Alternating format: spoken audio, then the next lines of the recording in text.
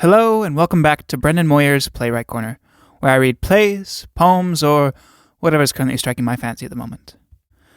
Today we're going to be reading August Strindberg's Swanwhite, written in 1901, a fairy play in 3 acts.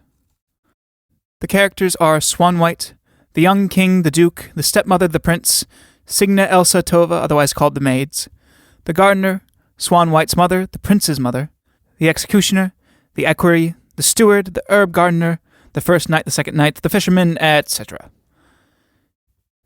Scene for the whole play. An apartment in a medieval stone castle.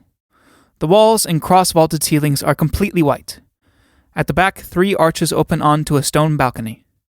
There are rich curtains with which they can be closed. Below the balcony is a garden, and the tops of rose trees can be seen bearing pink and white blooms. In the distance is a glimpse of a white sandy beach and blue sea. Right of the triple-arched doorway is a small door which, when open, shows a vista of 3 closets, opening one into the other. The first is the pewter closet, in which are pewter vessels arranged on shelves. The second is the clothing closet, in which can be seen gorgeous raiment, and the third is the fruit closet, which reveals a store of apples, pears, pumpkins, and melons. The whole floor is inlaid with black and red squares. In the center of the apartment stands a gilded dining table covered with a cloth. On it are a clock, a dish of fruit, and a single rose in a vase. Over the table hangs a branch of mistletoe, and beside it stands 2 ornate gilded stools. On the floor in the foreground a lion's skin is spread. Over the small doorway can be seen 2 swallows' nests. In the foreground on the left is a white bed with a rose-colored canopy supported at the head by 2 posts. At the foot there are no posts. The bed coverings are white except for one coverlet of palest blue silk. Behind the bed is a vast wall cupboard. Beside the bed are a small Romanesque gilded table, round on a single column, and a lampstand bearing a Roman lamp of gold. Right is a beautifully carved chimney piece, on which stands a white lily in a vase.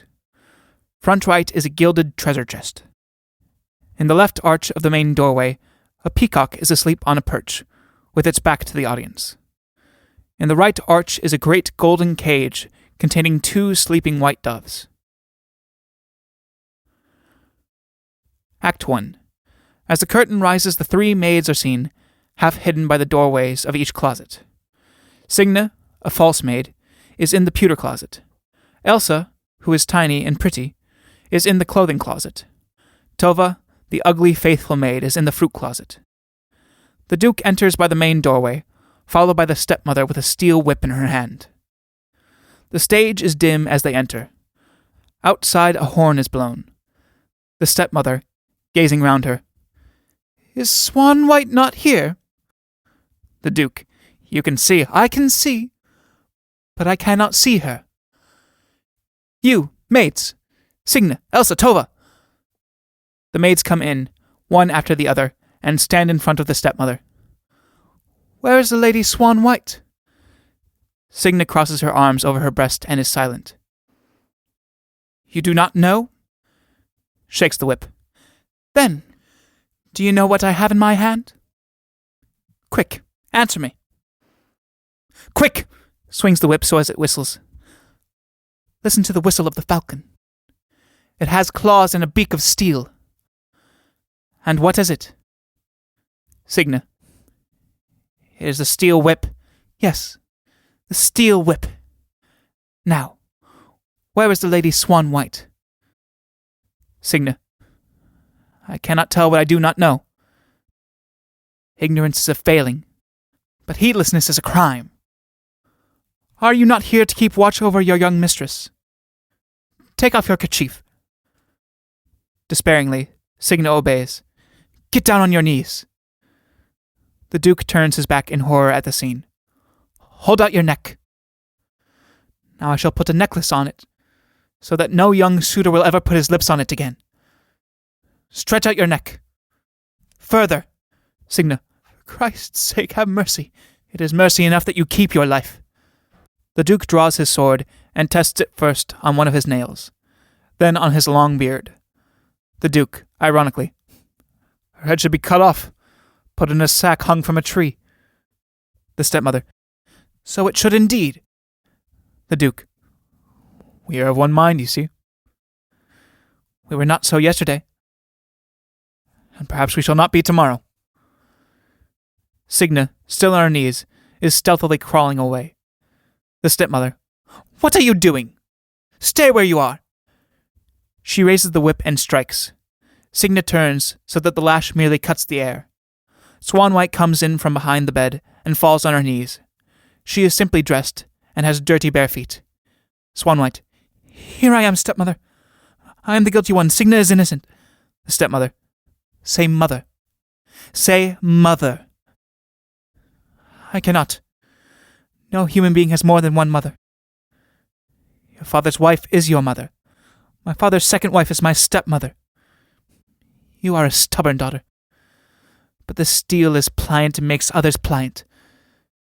She lifts the whip to strike Swanwhite. The Duke, raising his sword. Beware. Your head is in danger. The stepmother. Whose head? Your own. The stepmother recoils in rage, but controls herself and remains silent. Long pause. Then, seeing herself beaten, she changes her tone. The stepmother. Very well. Now perhaps you will inform your daughter what is in store for her. The Duke, sheathing his sword. My beloved child, come and find refuge in my arms. Swanwhite, springing into his arms. Oh, father, you are like a royal oak tree, and my arms are not long enough to embrace you. But beneath your foliage I can hide from threatening storms. She hides her face in his great beard. And I will swing on your branches like a bird. Lift me up so that I may climb to the very top. He lifts her onto his shoulder. Now I have seen the earth beneath me and the air above. Now I can see out across the rose garden and the white sands, and the blue sea, and to all the 7 kingdoms. And you can see the young king, to whom you are betrothed. No, him I cannot see. Him I have never seen. Is he handsome? It will depend on your own eyes, dear heart, how he appears to you. Swanwhite, rubbing her eyes. On my own eyes. All they see is beautiful. The Duke, kissing her foot. Black little foot. Foot of my little blackamoor. During this scene, the stepmother has signed to the maids to resume their places in the doorways of the closets. With the stealthy movement of a panther, the stepmother goes out through the middle arch. Swanwhite jumps down. The Duke seats her on the table and sits on a stool beside her. Swanwhite watches the stepmother disappear and expresses her relief. Has the sun risen? Has the wind changed to the south? Has spring come back again? The Duke, putting his hand over her mouth. Little chatterbox. Joy of my old age, my evening star. Open your rosy ears and shut that little red shell of your mouth. Listen to me. Obey me and all will go well with you. Swanwhite, putting her fingers in her ears. I hear with my eyes. I see with my ears. Now I cannot see at all. I can only hear. Child, while you were still in the cradle, you were betrothed to the King of Rigalede. You have never seen him, for such is court etiquette. Now the day is drawing near when the sacred knot must be tied. But in order to teach you the ways of the court, and the duties of the queen, the king has sent hither a young prince, with whom you are to study books, learn to play chess, to dance and measure, and play upon the harp. Swanwhite. What is this prince's name? The Duke. My dear child, that is something you must never ask. Neither of him nor of any other, for it is prophesied that whoever calls him by his name must love him. Is he handsome? Yes, since your eyes see nothing but beauty. But is he not beautiful? Yes, he is beautiful. So set a guard on your young heart which belongs to the king, and never forget that in the cradle you were made a queen. And now, my beloved child, I am going to leave you, for I must go to war. Be humble and obedient to your stepmother. She is a hard woman, but your father loved her once, and a sweet nature may melt a heart of stone. From under his cloak he takes a horn of carved ivory. If, against her sworn word, her malice should exceed all bounds, then blow upon this horn, and help will come. But do not blow it unless you are in peril, great peril. Do you understand? But what am I to do? My child, the prince is below in the ladies' chambers. Do you wish to receive him now? Swanwhite, excited. Do I wish? Shall I not first bid you farewell? Is the prince here already? He is here already. And I am already there. There where the heron of forgetfulness puts its head under its wing. Swanwhite, throwing herself into the Duke's arms and burying her face in his beard. Don't say such things. Don't say them. You cover me with shame. The Duke, tenderly. You should be beaten for forgetting your old father so quickly at the thought of a young prince. A horn sounds in the distance. He rises hastily, picks Swanwhite up in his arms, and throws her up and catches her again. Fly, little bird, fly. High above the dusty earth with the clean air beneath your wings. He puts her down. There. Down once more to earth. I am called by war and glory. You by love and youth. Girds on his sword. And now, hide your magic horn, so that no evil eyes may see it. Where shall I hide it? Where? Inside your bed. Swanwhite, hiding the horn in the bedclothes. Sleep there. Sleep well, my little herald. When the time comes, I'll waken you. Do not forget to say your prayers. The Duke, and you, child, do not forget my last behest. Obey your stepmother. In everything? In everything. Not in what is unclean. My mother gave me 2 changes of linen every week. She gives me only 1. My mother gave me water and soap. These my stepmother denies me. You've seen my poor little feet. The Duke. Keep pure within, my daughter, and you shall be pure without. You know that holy men who renounce ablutions for a penance grow white as swans, while the wicked turn black as ravens. Then I will grow so white, so white. Come into my arms once more, and then, farewell. They embrace. Farewell, great warrior, my glorious father. May good fortune follow you in your train and make you rich in years and friends and victories. Amen. May your gentle prayers protect me. He closes the visor of his golden helmet. Swanwhite, kissing his visor. The golden gates are shut, but through the bars I can see your kind and watchful eyes. She knocks at the visor. Open, open for Little Red Riding Hood. No one is in. Come in and see, said the wolf, who is lying in the bed. Sweet flower of mine, grow fair and fragrant. If I return, so be it I return. If not, my eyes will watch over you from the starry vault, and never again will you be lost to my sight. For there we mortals shall be all-seeing as our Lord Creator. He goes out firmly, with a gesture forbidding her to follow. Swanwhite falls on her knees and prays. A wind sighs. All the rose trees sway. The peacock moves its wings and tail. Swanwhite rises, goes to the peacock and strokes its back and tail. Pavo, dear Pavo, what do you see? What do you hear? Someone coming? Who is coming? Is it a young prince? Is he handsome and kind? Surely you can see with so many blue eyes. She lifts one of the bird's tail feathers and gazes intently at its eye, then continues in a changed voice. Oh, are you going to keep your eye on us, you horrid Argus? Do you mean to watch in case the hearts of 2 young people beat too fast? You stupid creature! I shall draw the curtain, see? She draws a curtain so that it hides the peacock, but not the landscape. Then she goes over to the doves. My white doves. Oh, so white, white, white. You shall see the whitest thing of all. Hush, wind. Hush, roses, hush, doves. My prince is coming. For a moment she looks out through the arches, then withdraws to the pewter closet. She puts on stockings while she peeps out at the prince, who does not see her. The prince enters through the middle arch. He is in black with steel armor. Having carefully observed everything in the room, he sits down by the table, takes off his helmet and studies it. His back is turned to the door where Swanwhite is hiding. Someone is here, for I can feel the warmth of a young body wafted to me like a breeze from the south. I can hear breathing. It has a fragrance of roses, and gentle as it is, it stirs the plume of my helmet. He puts the helmet to his ear. My helmet murmurs like a great seashell.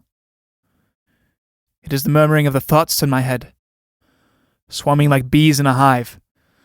Bzz, bzz, they go just like bees.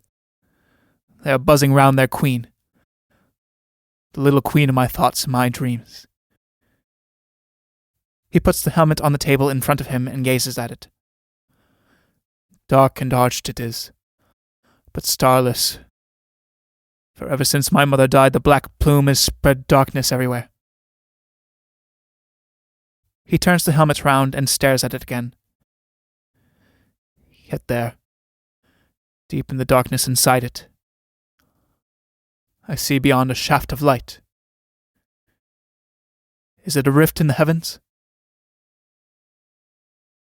And there in the rift I see, no, not a star, for that would be a diamond, but a blue sapphire. Queen of jewels, blue as the summer sky, set in a milk-white cloud, shaped like the egg of a dove. What is it? Not my ring? Now another feathery cloud, black as velvet, passes by. Swanwhite smiles. The sapphire is smiling. So sapphires can smile. Now a flash of lightning, mild and without thunder. She flashes a startled glance at him. What are you? Who are you? He looks at the back of the helmet. Not there. Not here, nowhere at all. He puts his face close to the helmet. As I draw nearer, you go further away. Swanwhite steals towards him on tiptoe. Now there are two eyes. Young human eyes. I kiss you. He kisses the helmet. Swanwhite goes to the table and slowly seats herself opposite the prince. He rises, bows with his hand to his heart, and gazes at her. Swanwhite. Are you the prince? The young king's faithful servant, and your own. What message has the young king sent his bride? He sends the lady Swanwhite 1,000 tender greetings. He would have her know that the thought of sweet joys to come will shorten this long torment of his waiting. Swanwhite, looking searchingly at the prince. Will you not be seated, prince? If I were to sit while you were sitting, when you stood up I should have to kneel. Tell me about the king. What is he like? What is he like? Puts his hand up to his eyes. How strange. I can no longer see him. How do you mean? He has gone away. He is invisible.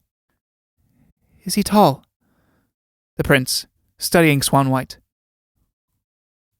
Wait. Now I can see him. Taller than you are. And beautiful? He is no match for you. Speak of the king, not of me. I am speaking of the king. Is he fair or dark? If he were dark, seeing you at once he would become fair. There is more flattery than sense in that. Are his eyes blue? Glancing at his helmet. I had better look. Swanwhite, holding her hand up between them. Oh, you. Y-O-U, you. Y-O-U-T-H, youth.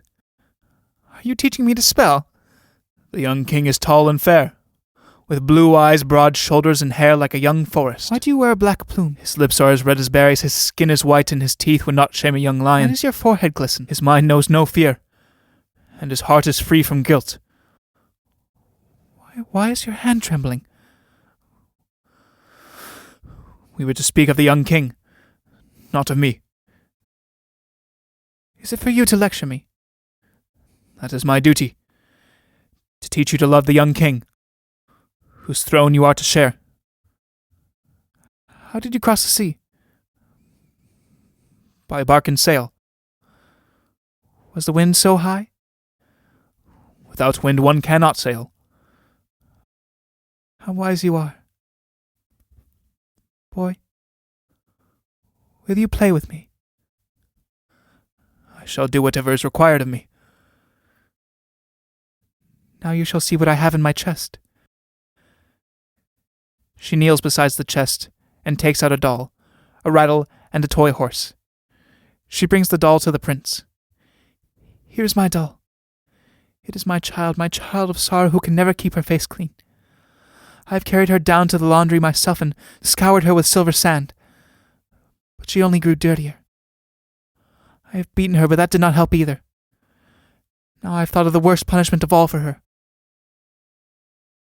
And what is that? Swanwhite, glancing round. She shall have a stepmother. The prince. But how can that be? She must have a mother first.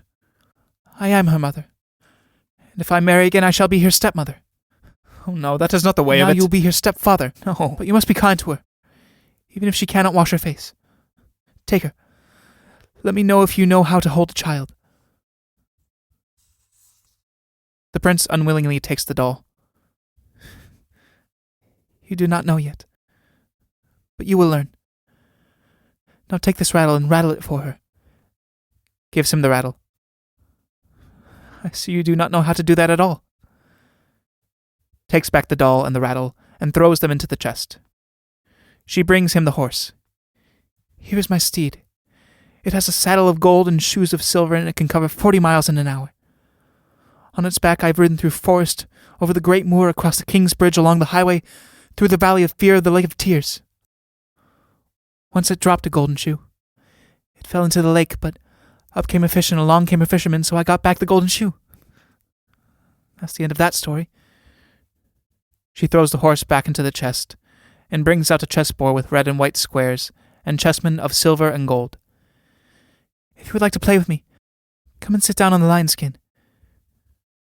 She seats herself and begins to put up the pieces. Sit down. The maids can't see us here. The prince sits shyly down beside her. She runs her hand through the lion's mane. It is like sitting on the grass. Not the green grass of a meadow, but desert grass which has been burned by the sun. Now, you must tell me about myself. Do you like me a little? Shall we play? Play? What do I care about that? Oh, you should teach me something. Alas, what can I teach you other than how to saddle a horse and carry arms? Such things should be of small service to you. Are you sad? My mother is dead. Poor prince. My mother is in heaven too, with God. She's an angel now. Sometimes in the night I see her. Do you see your mother? The prince, hesitating. No. And have you a stepmother? Not yet. It is so short a time since my mother died. You must not be so sad. Everything passes in time. She fetches a banner from her chest.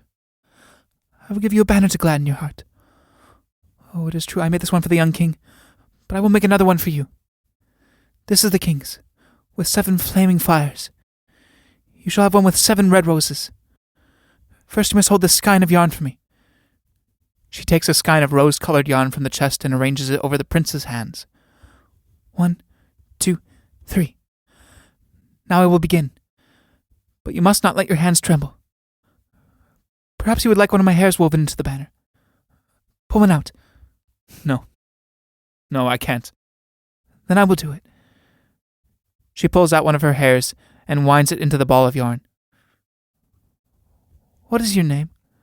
You must not ask that. Why not? Did not the Duke tell you? No. What would happen if I said your name? Something terrible? Surely the Duke told you. I've never heard of such a thing. A person not able to tell his own name. The curtain behind which the peacock is hidden moves, and a faint sound is heard as if of castanets. What was that? Swanwhite, uneasily. It is Pavo the peacock. Do you think he understands what we are saying? You never know. Pause. Tell me your name. The same sound is repeated. This frightens me. You must not ask me that again. He's snapping his beak, that's all. Keep your hands still. Have you ever heard the story of a princess who was not allowed to say the prince's name, for fear something terrible should happen? Do you know that? The curtain hiding the peacock is drawn aside. The peacock has turned around and spread his tail. All the eyes seem to be gazing at Swanwhite and the prince. The prince. Who drew that curtain? Who told that bird to spy on us with its 100 eyes? You must not ask me again. Swanwhite. Maybe not. Go back and keep quiet, Pavel. The curtain is drawn again. There. Is this place haunted? You mean because things like that happen? Yes, many things happen here, but I am used to it. In fact, they say that my stepmother is a witch. There now, I've pricked my finger. How did you prick it? There was a splinter in the yarn. When the sheep have been kept in the barns all winter, that sometimes happens. Can you take the splinter out? Yes, but we must sit at the table so that I can see. They seat themselves at the table. Swanwhite, holding out her little finger. Can you see anything? The prince, rather bolder than hitherto. What do I see? He holds her hand up to the light. The inside of your hand is pink, and through it I see the world and all life in a rosy light. Pull out the splinter. It is hurting me. But I shall have to hurt you. Forgive me first. Yes, but do it now. The prince takes the splinter out of her little finger. The prince. Here is the wretched thing which dared to hurt you. He throws the splinter on the floor and stamps on it. Swanwhite. Now you must suck up the blood to keep the wound from festering. He puts his lips to her finger. Now I have drunk your blood. So I am your foster brother. My foster brother. Yes, but you were already that. Or how could I have talked to you as I did? Or I to you? Now I have a brother. And that is you. Dear brother, take my hand. The prince, taking her hand. Dear sister. He feels the pulse in her finger. What is it that keeps ticking in there? 1, 2, 3, 4. Continues to count soundlessly while looking at the clock. Yes, what is it that ticks? Tick, tick, tick so steadily.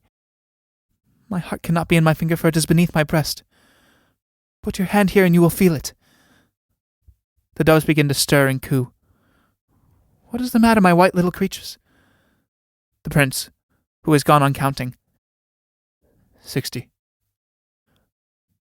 Now I know what it is that ticks. It is time. Your little finger is the second hand. It ticks 60 times for every minute that passes. Looking at the clock on the table.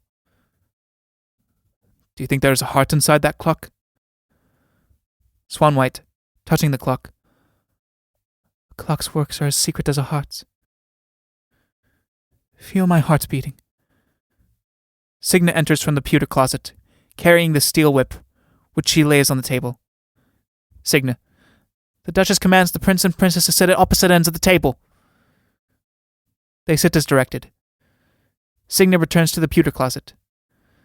The prince and Swanwhite gaze at each other for a while in silence. Swanwhite.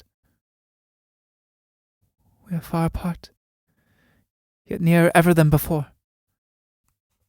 People are never so close as when they are parted. How do you know that? I have just learned it. Now you are beginning to teach me. It is you who are teaching me. Swanwhite, pointing to the dish of fruit. Will you have some fruit? No. Eating is ugly. Yes, it is ugly. 3 maids are standing there. One in the pewter closet, one in the clothing closet, and one in the fruit closet. Why are they there? To watch us, lest we do what is forbidden. May we not go into the rose garden? I can only go into the rose garden in the morning, for my stepmother's bloodhounds are let loose there. And I am never allowed to go down to the sea, and so I can never breathe. Have you never seen the sands? Never heard the song of the waves on the beach? No, only the roaring of the breakers in a storm reaches me here. Have you never heard the murmuring of the winds as they sweep over the water? That cannot reach me here. The prince, pushing his helmet across the table to Swanwhite. Hold this to your ear, and you will hear it. Swanwhite, holding the helmet to her ear. What is it I hear? The sea singing, and the winds whispering. No, I hear human voices. Hush! It is my stepmother. She is talking to the steward. She is speaking of me, and of the young king. She is saying evil things. She is swearing that I shall never be a queen, and she is vowing that you shall marry her daughter, that ugly, wicked Lena. Can you hear all that to my helmet? Yes, I can. I did not know it had such power. Yet the helmet was a christening present from my godmother. Will you give me a feather from your plume? With all my heart. Shape it into a quill, so that I may write with it. You know how to write. That my father taught me. Meanwhile, she has pushed the helmet back to the prince, and he has pulled a black feather from the plume. He takes a silver knife from his belt and shapes the quill. Swanwhite brings out an inkhorn and parchment from the drawer of the table. The prince. Who is this Lady Lena? He gives Swanwhite the quill. Swanwhite, writing. Who is she? Do you want her? There is evil brewing in this house. Have no fear. My father left me a gift which will bring help in time of need. What was this gift? The magic horn's standby. Where is it? That you must read in my eyes. I dare not speak for fear of the maids. The prince, looking into her eyes. I have seen. Swanwhite, pushing writing materials across to the prince. Write it down. He writes and hands her the parchment. Yes, that is the hiding place. She writes. The prince. What are you writing? Names. All the beautiful names a prince may have. All but my own. Yours too. No, not that. Now I have 20 names. All that I know, so yours must be among them. She pushes the parchment across to him.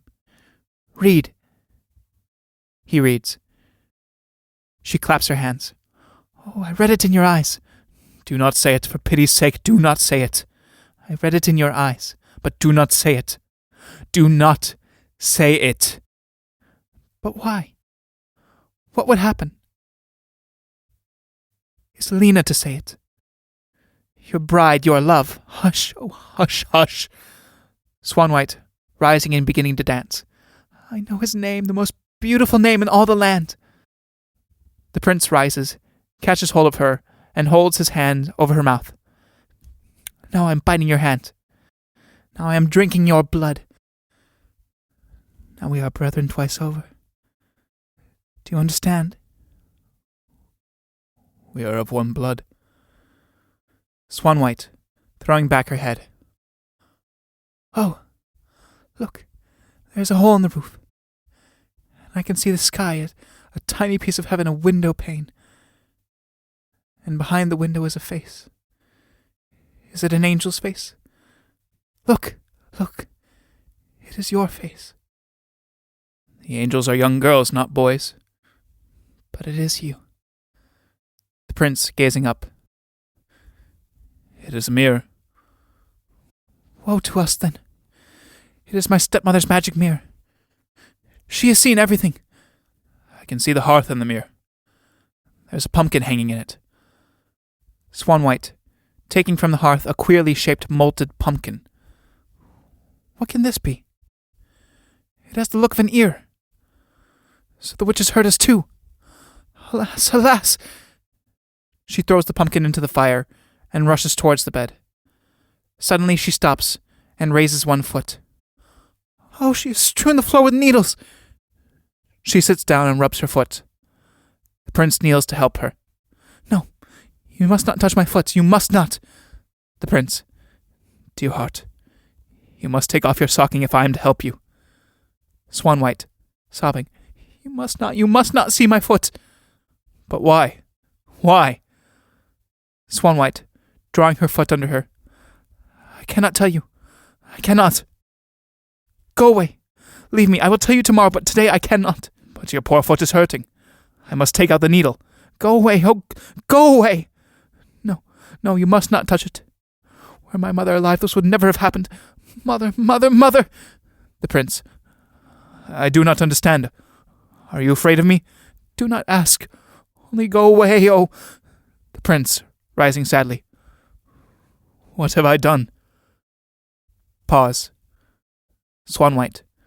No. Do not leave me. I did not mean to grieve you, but I cannot tell you. Oh, if only I might reach the shore, the white sand of the beach. What then? I cannot say. I cannot tell you. She hides her face in her hands. Once more the peacock snaps his beak and the dove stir. The three maids enter one after the other. A gust of wind is heard and the tops of the rose trees sway. The golden clouds that have hung over the sea disappear and the blue sea darkens. Swanwhite watches this transformation and then speaks. Is this the judgment of heaven on us? There is ill luck in the house. Oh, that my sorrow could bring back my mother from her dark grave. The prince, with his hand on his sword. My life for yours.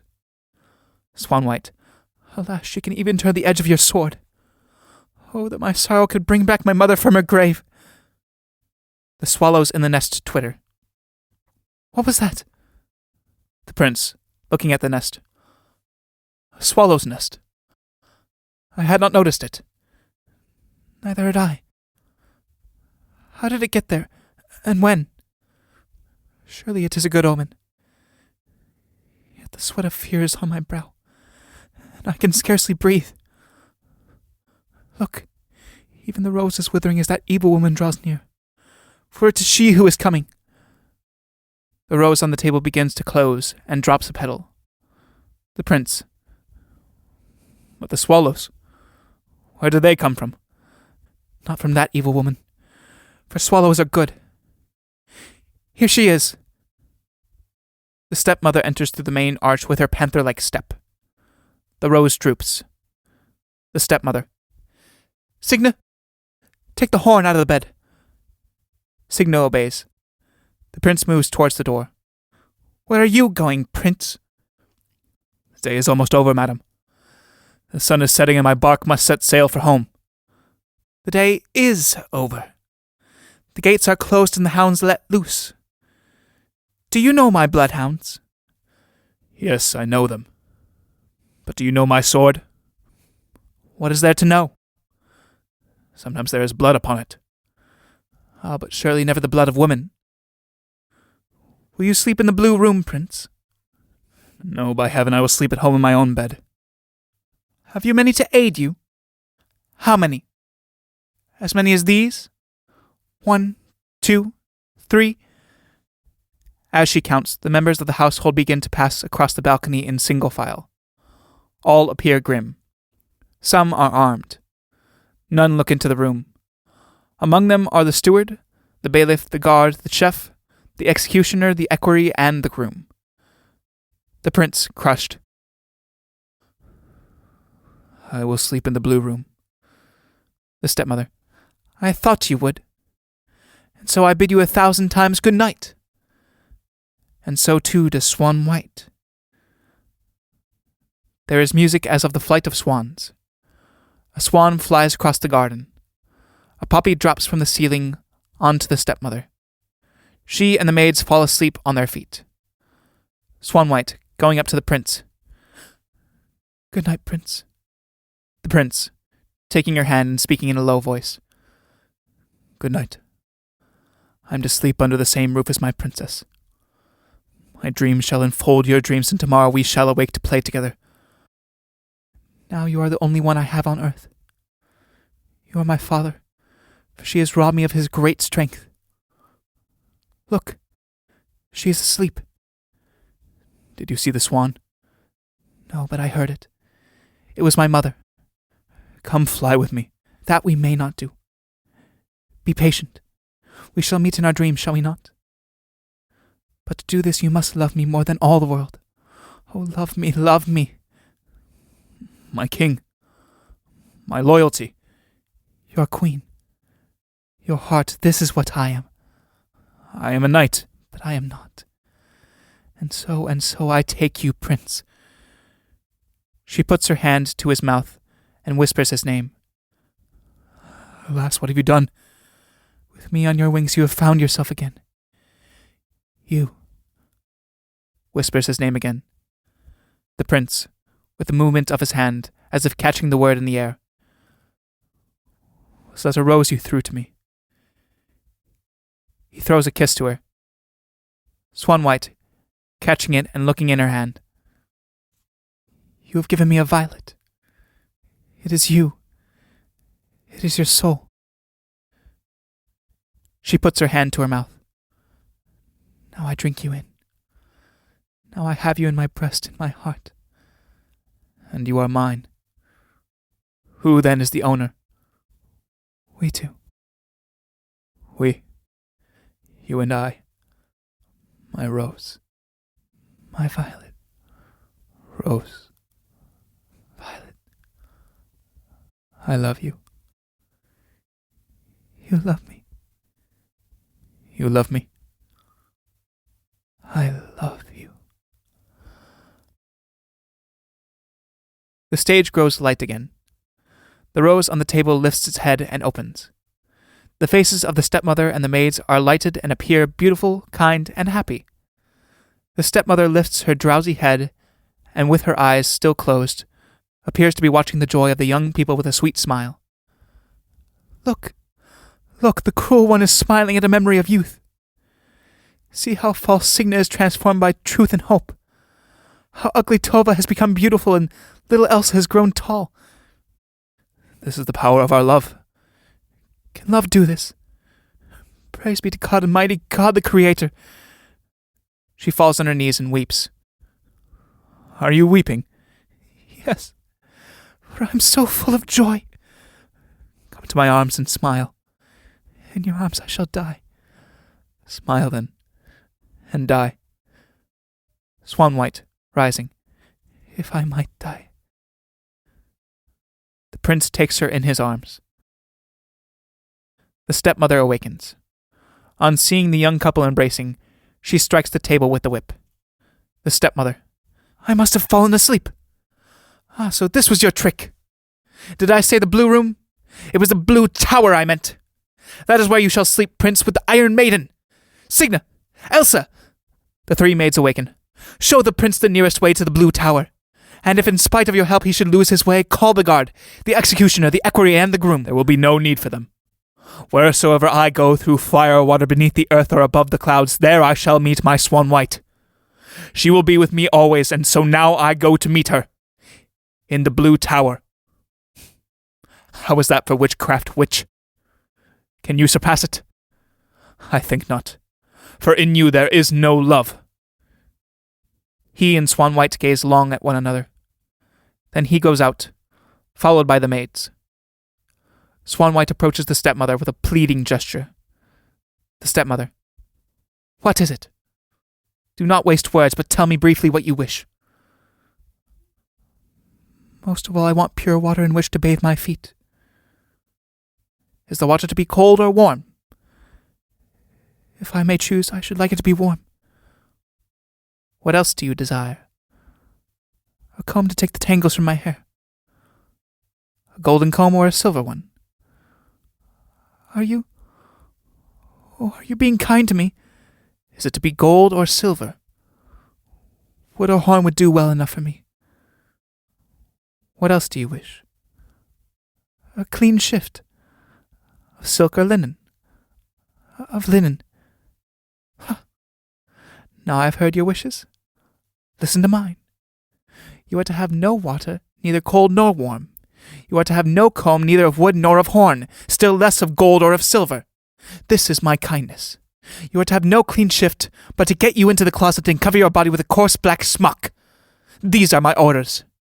If you were to leave this apartment, which in any case you cannot do, you would be trapped to your death. And if you escaped that, I would mock your pretty face with a steel whip, so that neither prince nor king would ever look at you again.